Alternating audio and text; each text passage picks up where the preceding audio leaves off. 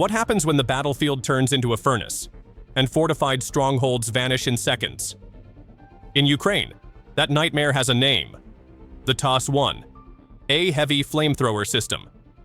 Once seen as a brutal but limited weapon, the TOS-1A has re-emerged in 2025 with lethal upgrades that are rewriting the rules of firepower.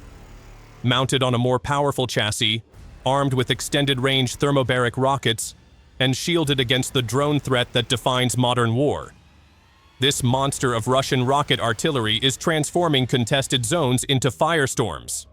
Strongholds gone, trenches vaporized, morale shattered. So how does this beast unleash such devastating strikes? Keep your eyes to the story.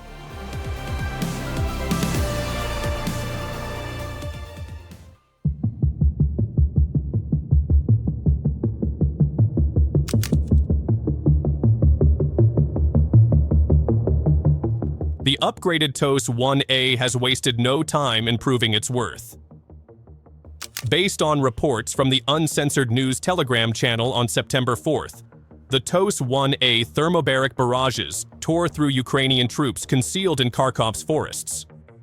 What was meant to be a sanctuary under cover of trees turned into a blazing death trap. Within minutes, defensive lines were reduced to ash, leaving no safe havens for retreat. Just a day earlier, the same channel reported another strike.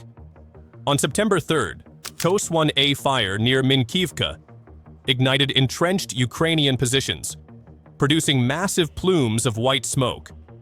The towering columns were not just signs of destruction, they were proof of near-total erasure of defenses that had stood for months. And if we look further back, August 27th marked another milestone. Barrages along the Krasnoarmysky axis unleashed such intense fire damage that Russian assault groups advanced through positions that only hours earlier had been considered impenetrable. Trenches, bunkers, and fortified nodes, structures meant to hold back advances, collapsed in minutes under the rolling shockwave of thermobaric warheads. And these weren't isolated incidents. In the weeks leading up to those September barrages, the TOS-1A had already been carving its mark across the front. On a report by August 3rd, the system lit up Ukrainian positions in the Stankovo sector toward Kupiansk, its thermobaric rockets heating defensive lines until the battlefield itself became an inferno. Just days earlier, a report on July 28th shows that the same weapon had slammed into entrenched troops near Kreminna, tearing through fortifications and scattering resistance under the crushing shockwaves. The trail of fire runs even deeper. Back to report on July 19th, footage showed a TOS-1A Solntsepiok opening up on Ukrainian positions, its salvos blanketing defensive lines with crushing thermobaric blasts. Just days before that, the same Telegram channel also posted footage on July 15th. Another TOS-1A strike had already pounded entrenched Ukrainian troops, proving once again that no cover, whether trenches, bunkers, or reinforced shelters, could withstand the system's furnace-like detonations. From mid-July through early September, the pattern is relentless. Every appearance of the TOS-1A leaves behind the same result: fortifications reduced to rubble, positions erased, and defenders broken both physically and psychologically. Each strike reinforces the same truth.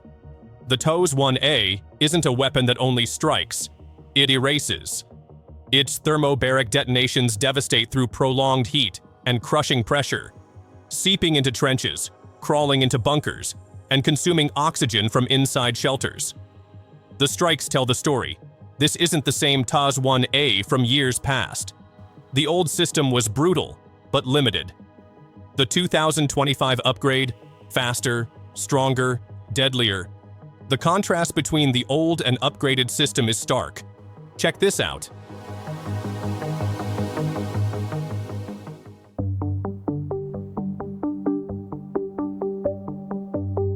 The analysis on the Uncensored News Telegram channel underlines just how lethal the TOS-1A system remains.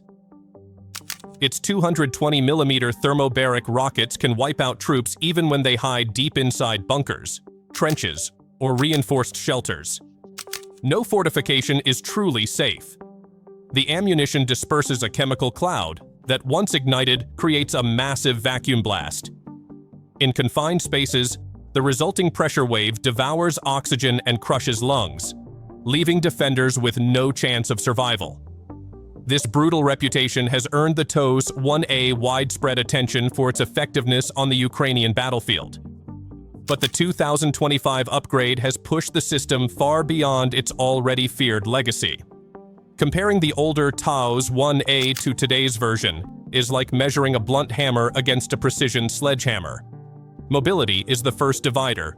The T-80 chassis delivers speed, rapid redeployment, and strike flexibility the old T-72 platforms couldn't match. Survivability is the second. Reactive armor and electronic warfare shields give resilience in a sky swarming with drones. Firepower is the third. The range has stretched from 6 kilometers to nearly 10, shifting the TOS-1A from a close-range battering ram to a standoff strike asset protected from counter-battery fire. Even fire control has transformed.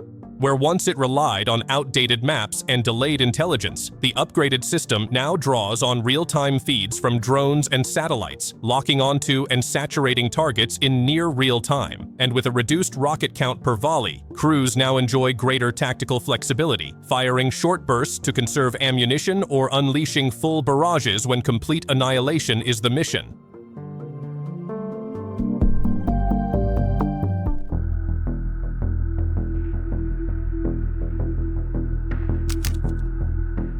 The consequences of these upgrades ripple beyond the tactical.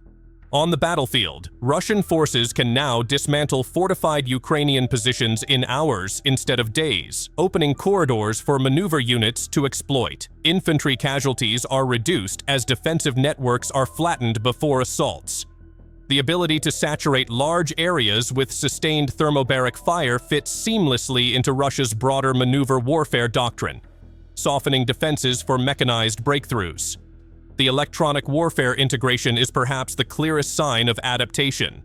As drones and loitering munitions reshape modern combat, survival depends on more than steel plating. By giving the TOS-1A active defenses against unmanned threats, Russia is showing how legacy systems can evolve for the drone age. Will Ukraine find a way to counter this furnace of steel and fire of Russian arsenal in this military operation?